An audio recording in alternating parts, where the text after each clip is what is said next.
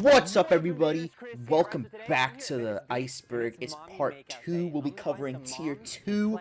As always, make sure you smash that like button and smash that subscribe button, and let's begin. So, tier 2. How do I describe tier 2? Has the same amount of entries as tier 1, but it's not the same things. It has a different makeup, a different ethnic makeup, to say the least. It's kind of like, how do I best describe it? It's kind of like a pie chart of the ethnic makeup of the United States. Like, half is one color, but then the other half is a complete splurge of different colors. And depending on the region, there's more colors than one. I'm padding for time here. This entire intro was unscripted. Let's just start the video.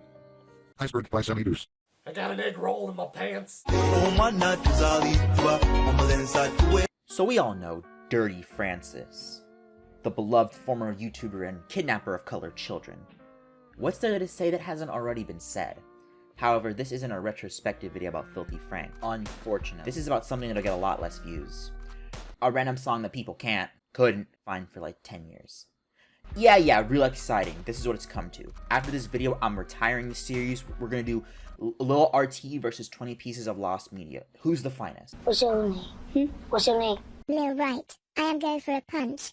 For the good of yourself and the good of humanity, I need you to kill the big black man making money off of you.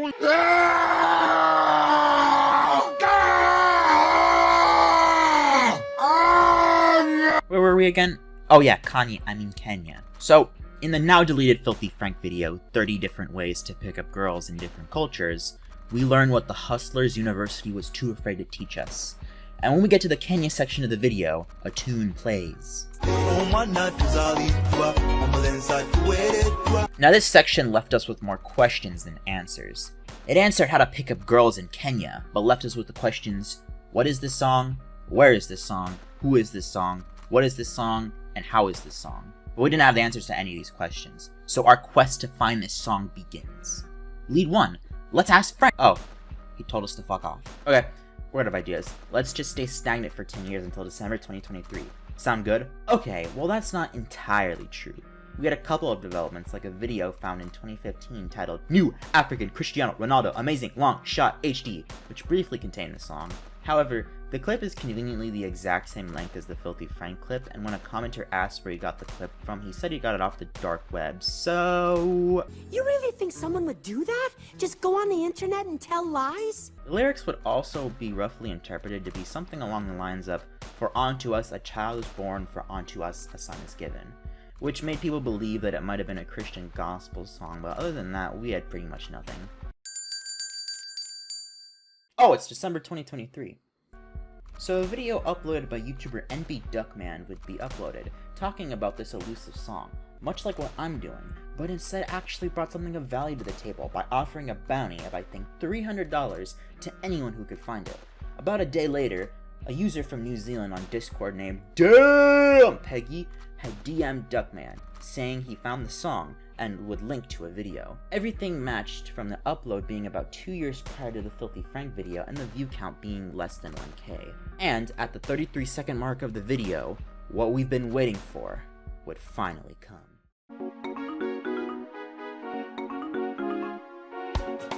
David Sanjay, new style.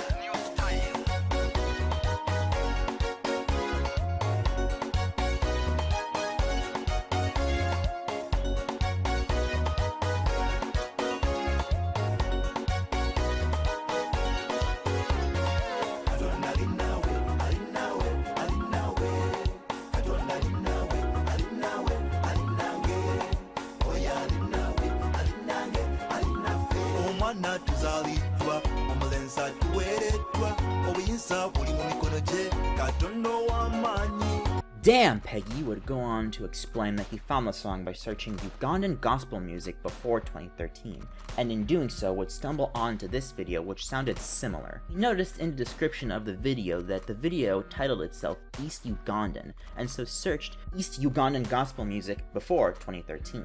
And the second search result would be the faded song, which proves all we needed to do was just put as much effort into it as Joji did. David's son JC, the creator of the song, would upload a video to YouTube expressing his gratitude to the community about his unknown song being found and shared to a new audience. Well, thank you, JC. Your song is wonderful and helped me take all these beautiful Kenyan women home. We've all these sinful shows now. I'm sure one very nostalgic memory for many of you is growing up in an abusive cult you might have to die for if you don't turn your back on them and escape without them catching you. This fictional story tells the nostalgic tale of being a part of said cult. Our story begins on son of a bitch, with a post from user NoNameGal999 that reads,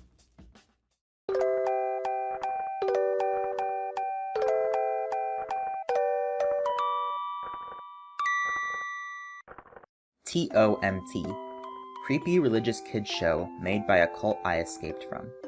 I know the title sounds clickbaity, but I assure you every word of it is true and what I'm describing is real. I just know it is. Some background. The cult in question is called the Family International, or TFI. I grew up in Huntington Beach, which funnily enough is where the culture started. I was born into it with my parents, still remaining members to this day. Their start dates for the cult as of now being unknown. What I know for a fact. The show followed a sheep, possibly named something biblical, as they encountered problems. The show was in the style of Sesame Street, with puppets and actors with small animated segments. Standard kid show affairs, right? Well, the problems encountered dove into disturbing subject matter. One segment I recall had the sheep talking to a little boy who said he wanted to serve Jesus in all ways he could, with the sheep saying the little boy should give his body to the church, with animated Jesus standing next to what I recall being children wearing little clothing. The show, from what I remember, appeared to have been made in the 80s, judging by the camera quality, but I grew up in the 90s, and saw these at only 4 years old, so that puts us at 1994 for my earliest recollection of it. Some of the kids within our group were born in the 80s, and they had seen these too, so that puts a possible start date as late as 1985 to 1989, but I could be wrong. The show came on a VHS and we had hundreds stored away on church property. If these prove the existence of hundreds of episodes or just means there are multiple copies of the same episode is unknown. That's a bit to take in. Naturally, me being an intellectual, unlike you fucking idiots, I would have just called this a bunch of sludge. But something about this post just tells me that the OP is being genuine, despite the fact that if I were trick-or-treating and the candy is evidence, I would be getting nothing and leaving empty-handed. I don't know, it's just the way the post is formatted, and like the way they tell their tale, it just comes off as real to me, and not like they're trying to grab some brownie points. Like how I would. Now, this cult that the OP mentions they were a part of in their childhood, the Family International, is an interesting rabbit hole to go down. During the time in which they would have been a part of the cult, it would have just been known as the Family. However, it has had many name changes throughout the years. It started off as the Children of God, and was founded by a man named David Berg in 1968. He died in 94, and his wife currently leads the project. The cult has engaged in a lot of physical and sexual abuse involving children that have gone on within its walls, and the cult heavily teaches ideas that sex is a way that God shows love and mercy, like the belief of loving Jesus, which is the belief that one must show their devotion to Jesus in a sexual manner, like displaying themselves as quote-unquote Christ's bride. Even male members must do so, but imagining themselves as a woman though, as to keep it from being political. These ideas that the church had about sex acts really sets the dark tone even darker when remembering the scene that OP described about the boy wanting to serve Jesus in all ways he could. One show that was brought up very frequently that the OP would mention in an update post was a show called Treasure Addict, which contained an episode that had a scene involving a puppet-like sheep. However, the OP said that this was not the show, albeit it was very similar.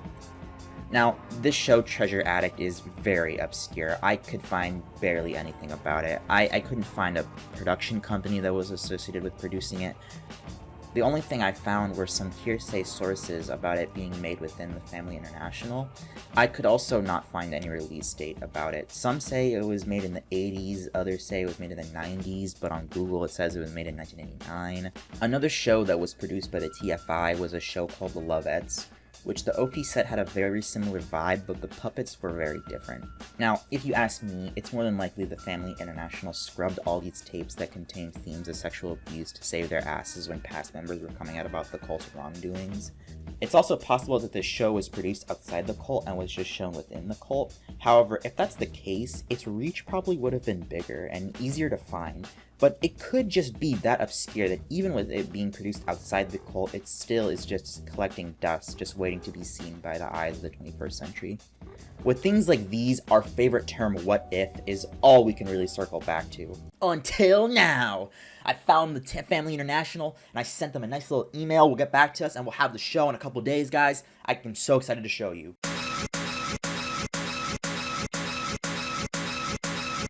Okay, so a little bit of backstory. I had some really funny jokes planned for this entry, but I was working on it real late at night, so then I just went to bed, and now it's 6:33 p.m. the next day, and I'm now just recording the script for this, and I forgot everything. So if it all comes back to me during this, I'll just wake up mid-recording and be like, oh. So this is the most mysterious song in Brazil. No, it's not. So this song was thought to have first been posted onto a website called Spirit of Radio. Yeah, that one. In 2014 by our good friend Peter. The snippet would be 30 seconds of some synth pop song with the audio quality honestly being better than my microphone. Now this post would gain a small amount of traction with people wanting to know who made it, but a wave of attention would first hit the snippet when a post would be made about it. Of course, however, this was completely useless as the replies were saying shit like Depeche Mode, which, spoiler alert, oh my god, that was the answer! It would later be found that the Spirit of Radio post would not be the first upload of the song, as an earlier What's That Song post would be made of the song. Now, Was That Song only allows snippets of up to 30 seconds to be uploaded, so the searchers found the OP's other socials and contacted him for more details, and he provided a full recording of the song that was recorded off of a Brazilian radio station in 1991. I was wondering when the Brazil part would come in. Again? So while looking for leads and to fawn my mind, one idea from the searchers was to look for artists who had produced similar music during the time in Brazil, when a Discord user named Skirty had come across a band named Máquinas na Pista, who, when asked about the song, had said that it was produced by a man named Eddie Edman as a part of a project called Station K in the early 90s. However, this guy Eddie Edman just kind of fucking hated everything related to the searchers, so he just refused to provide evidence that he was the creator of the song, or pretty much anything the searchers asked him to do.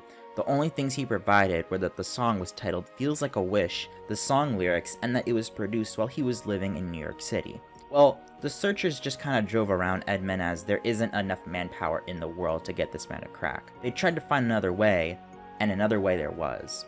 The team would dig up an old 1998 interview with Edman, where he is accompanied by a man named William Paiva, who was a sound engineer who had worked with Edman in the past.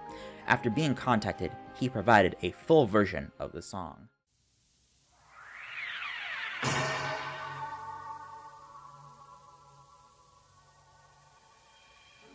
I don't know what makes me dream, but I know what makes me think. You got blue eyes like the sky. I feel butterfly inside of me that will never die.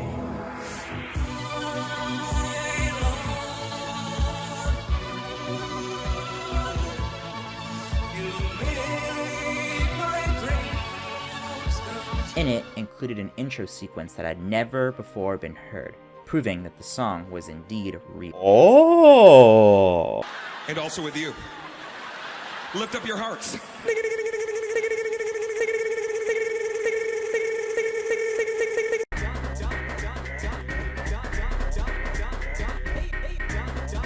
like a water balloon that you're trying to put on the tip of a water hose. I go in, I pull out, I'm literally looking at top ramen pieces, corn. Oh, this is disgusting. What celery, the and fuck? everything coming on the condom on my dick. The I was fuck? traumatized. The only thing that I could do was shed tears because all I seen was nothing but fecal matter and juices all over both condoms. I don't know why this is in tier 2. It kind of feels out of place. Like, you got famous lost media cases at these parts of the iceberg, but then we just kind of have this entry which is super simple, and I guarantee you've never heard of it before, and if you have, then shut up, you are lying. It is a welcome addition though, because we actually have photographic proof it exists, which in my opinion makes it a million times more interesting than some jackass writing about an anime he saw while in the hospital for a fucking tummy ache, and that he has zero evidence of said anime's existence. Speaking of bullshit, oh look who it is. If you haven't gotten used to every entry starting this way, somehow get used to it. Here we have a post from user Harmony Harbinger that states, "Can anyone identify this cartoon dog?" No. My friend and I have been trying to identify this dog for ages. We have a piece of fabric from either pajamas or maybe a pillowcase. We have very little information. It seems vaguely familiar, either from branding, a cartoon, or comic between the 2000s and the 90s. It might just be one of those generic dog designs that's similar to the cartoon designs of the time, and we're having false memories. But I'd love to know what your take on it is. Update. So, I have a little more info for you guys. The fabric turned out to be a part of a t-shirt. My friend is French, so there's a chance that this could be a lesser-known French character with a Rocco character design style. I'll be talking to them later today to find out if there's a label and if they can give me any more info. Update 2. We have a label and a larger picture. I've contacted the clothing shop from the label, and I'm currently waiting for a reply. From the looks of the larger picture, I think we may have solved this mystery. In my own opinion, and from a few theories suggested, this may be a case of false memories due to the vast number of characters that share the same graphic style and features as our mystery dog. Once I hear back from the shop, and if they're able to confirm this theory, we can chalk this down to being a generic dog design made purely to see their clothing as a quirky design. Thank you all for your tireless efforts, and I'll be sure to mark this as solved as soon as I get confirmation. Update 3. Hi all. Sorry to say, but it seems that the aforementioned clothing company isn't going to respond to my inquiry. I think for now we can just make a very likely conclusion, but it's just missing the final confirmation to be solved. I'm going to leave this open just in case they ever get back to me, but thank you for all the interest. What a roller coaster this whole mystery has been. An unfinished roller coaster it was, Harmony, as the company never got back to them. Yeah, if I'm being honest here, the most trivial answer, that being that it's just a generic design, is the most realistic. Like, the design is very generic. Like, it looks like something you'd see on a blanket that your grandma bought you for Christmas. Like, any theory that, like, oh, this might be a super obscure character from a cartoon no one remember, like, that's just not realistic in the slightest. It probably was just that.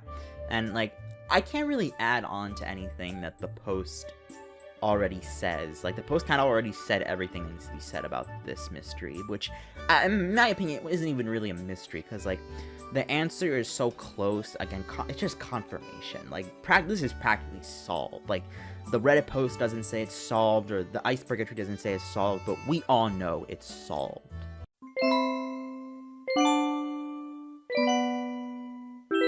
So, we have another lost song here, but it's a little different than the ones we've covered previously. There's practically no evidence this song exists, and closure is more than likely something this search will never see. It all starts in April 2022 with user GlitteringCraft207, with a post that reads, "I'm dying. As my last mission, I will be hunting down and saving as much music from obscurity as possible, but there's one song I want more than the rest." So yeah, as the title said, I'm dying. 13 days ago, I received the news that I had an inoperable tumor in my spine and was given a timeline of 6 months to a year to live. As you can imagine, that pretty much changed my entire worldview overnight. In the days since then, I've thought a lot about what I can leave behind to make the world a little better or more interesting. I didn't accomplish much while I was here, including accumulating any significant amount of money to leave behind. But there are many things more precious than money, and I've always thought music was one of those things. As a part of my mission, I'll be doing things like reaching out to radio stations and YouTube channels that deal in all things obscure. For example, DC 101 used to play this really awesome program back in the day called Local Links. The odds that they've saved any of this music are pretty low, and I'll be lucky if I even manage to reach anyone, but I'm going to do my damnedest. That brings me to my next point. For 4 years, I have been haunted by this song, and I always sort of figured we'd cross paths again someday, but that has not yet happened. It genuinely pains me that I could die without ever figuring out what this song is and hearing it again. Even more painful is the thought that it may already be lost to obscurity and no one will ever hear it again. But this post will still be here after I'm gone, so hopefully someday someone will find it and they can post it in my memory. Okay, here's everything I know about the song, which is not much. Male singer heard sometime between February 9th and 14th of 2018, between 9 and 11 in the morning on KTX Denton. Since I only caught the tail end of the song, maybe last minute and a half, I only managed to write down these few lyrics. To try for anything, I couldn't stomach things, it just kept getting worse. Yes, I have Googled the lyrics. I went to the KTX website right after I heard it and did not see the option that they have today, which is to look up the past 30 days of songs. I called and emailed many times over the years, including recently, and never heard back. So that's it. That's all I got. I know it's not much, but someone out there must know what this song is, so I'm hoping against hope to find it, if not for myself, then for future generations of listeners, so they can be moved by this beautiful song. It might seem a little bit silly to get hung up about a song, but looming death makes people do funny things. In the meantime, if anyone wants to DM me about other things I've said, or if anyone has obscure music to contribute, please reach out. Thanks for reading. Upon this post being made, there were many replies asking questions to narrow down details about the song that the OP would address in later replies and update posts. From all the answers she gave, this is what we know about the song. The genre was something along the lines of melodic punk. The singer was male. It played on a KTX radio station sometime between the 9th and 14th of February 2018. The lyrics are completely unsearchable, and the OP would also provide a recording of them singing what they remembered the song sounding like. To try for anything, I couldn't stomach things. It just kept getting worse. Now, people had dug through KTX radio shows from the time span to see what songs matched the description the OP gave. However, this pretty quickly led to a dead end. There were many songs provided that gave off a similar vibe, but either the OP shut them down or just didn't respond to any of them. So we just have a bunch of maybe songs. Now, I don't know if I'm having a complete Mandela effect going through my head, but I swore that there was a song found that matched the lyrics written down almost perfectly. But I searched everywhere, and none of these maybe songs were it. It was like uncovered like a year after the original post. If someone can help me out by either pointing out what it is or covering my hospital visits, please help. I might have found the song and then lost it just like OP did. After a month, the OP stopped responding and posting altogether, so the possibility that this user has since passed is unfortunately very likely. And that's where we're at currently, and the likelihood of this case ever getting solved gets slimmer day by day. If we don't have the OP to confirm the song, then we'll never truly know. After all that, the recording could be off from the actual song. Memory does that sometimes, and with the OP more than likely no longer with us, it's truly just an unfortunate case. If they're telling the truth, of course. Oh yeah. La Canción de Alicia, known in English as the Song of Alice or just Alice's Song, is a song that will be posted onto Facebook. Oh, thank the camera spying gods, it's something else this time! In 2021 by a user named Hitome Tristi, asking the $1 million question. The video contained our unknown song alongside trippy visuals from that one movie about how it's always good to eat things labeled "Eat Me." Honestly, the trippiest thing about this isn't that though, it's the fact that it's a screen recording. Now, in the early days of the search, not much was known, but one popular theory that began to grow quickly was that the singer was a native Spanish speaker due to their very heavy accent. Now, if I had uploaded this video in January 2024, the entry would have ended right there. There's a cool cover of the song that made before I got found, but it's rather irrelevant to the entry. So let's travel a couple months forward to May 2024, where we had many Lost Wave songs that would be identified, but not Curly Toast. So did it really matter? It's a May Day. And we got this guy, J Mike. Kinda sounds like a street name. Talking with a friend about Lost Wave music, without trying to make it sound like a giant waste of time, when he shows her the song. In a fucking twist of events that even M. Night Shyamalan could not write.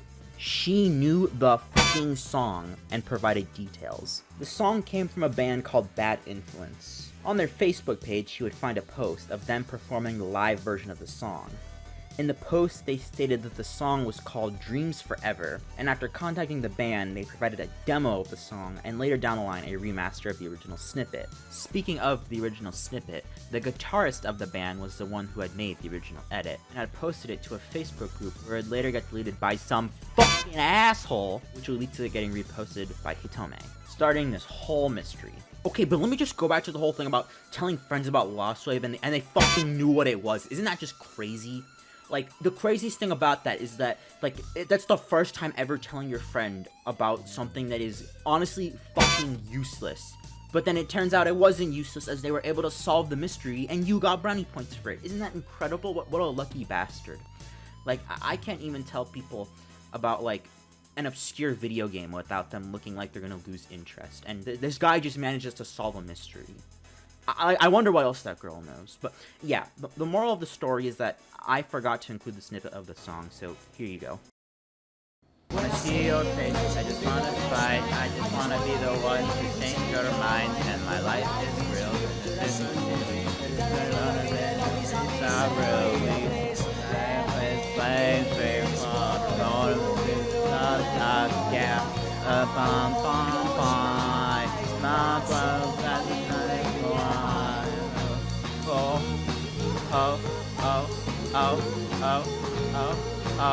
oh yeah,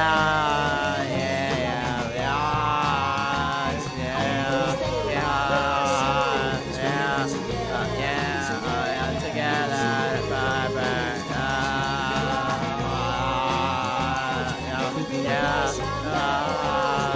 that's forever,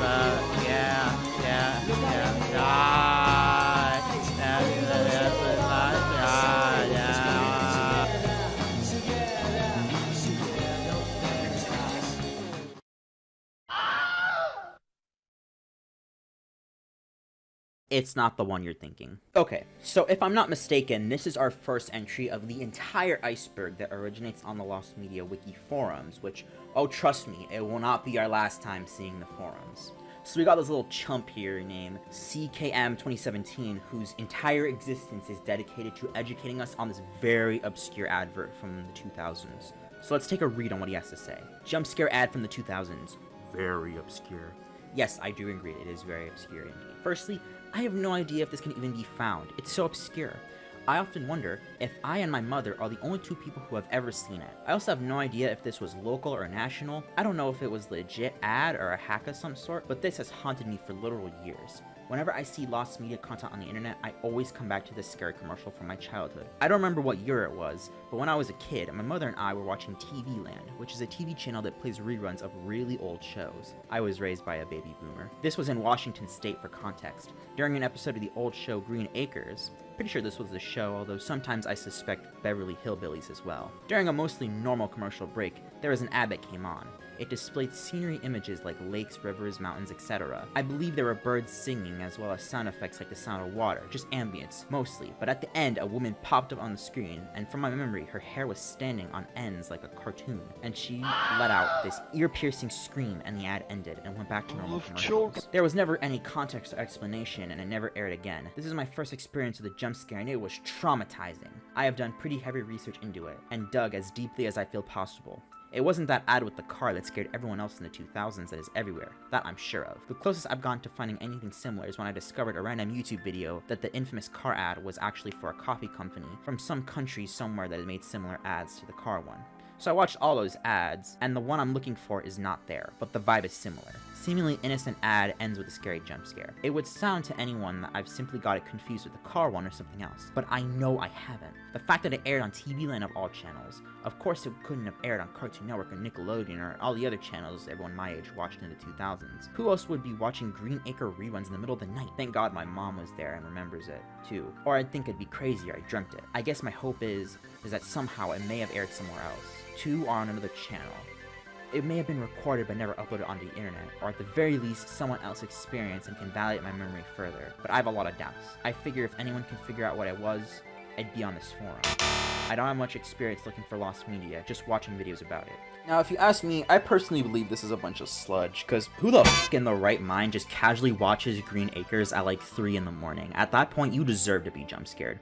Other than that, this case is as cold as those ham sandwiches you were given in school whenever you didn't have money to actually pay for the shitty food. Other than that, there's practically zero leads, and like 3/4 of the thread is just back and forth on whether or not the OP's bullshitting or not, which is beautiful because it lessens the chance that this video will be outdated when I upload it. Hello, this is Scott Coffin. Stop! I just simultaneously whipped and dated! So closing this tier of the iceberg is probably the most interesting entry on this tier in my opinion, despite the fact that I have the least to say about it out of all the entries we've covered so far. It relates to this guy, the creator of Chipper & Sons Lumber Company, Scott Coffin. During his interview with YouTuber Daco in 2018, he mentioned a piece of fan art for his game The Desolate Hope that he saw a long time ago.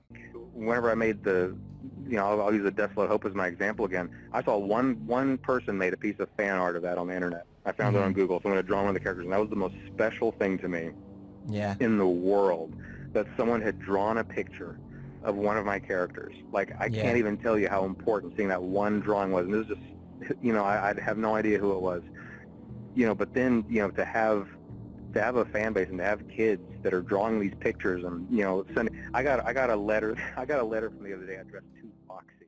To this day, the fan art has never been found. Using the before search option doesn't really yield anything useful, and it's such a niche piece of Chipper & Sons Company lore that the chances of finding it are slim. We just know so little about it. Scott has no idea who made it, and just saw on Google Images, so a website of origin is completely lost as well. All we have to go off is just those few lines he gave during the interview and nothing more. If it ever does get found, it'd be such a huge find, as the first ever fan art of a Scott Coffin game. But let me just tell ya, this fan art is a master at hide and go seek. Alright, and that was tier 2 for you. Honestly, I think I liked this tier. I think this came out better than the first part. I kind of got used to a little bit more to video creation and all that. And I'm just excited to continue this series because I'm just doing this for myself, to be honest, as I explained in the first part. Yeah, but from this point onwards, tier 3 is gonna be like the first tier where we were gonna get into like some real obscure shit. And probably way longer videos now, since this is coming out to around the same length as part 1, so that's cool. Thankfully, as of I'm recording this, which as I'm recording this, I'm recording this the same day that's being uploaded, so nothing is out of date. Thank God, because last time I know people would not shut up about how outdated the first one already was, because that one I spent like 4 months working on that one. On part 1, I started in I think August 2024, and yeah, I didn't get uploaded until December, so a bunch of shit was outdated by the time I uploaded it, and that was annoying. But this time it didn't take as much. I started working on it in January, and I just finished it now.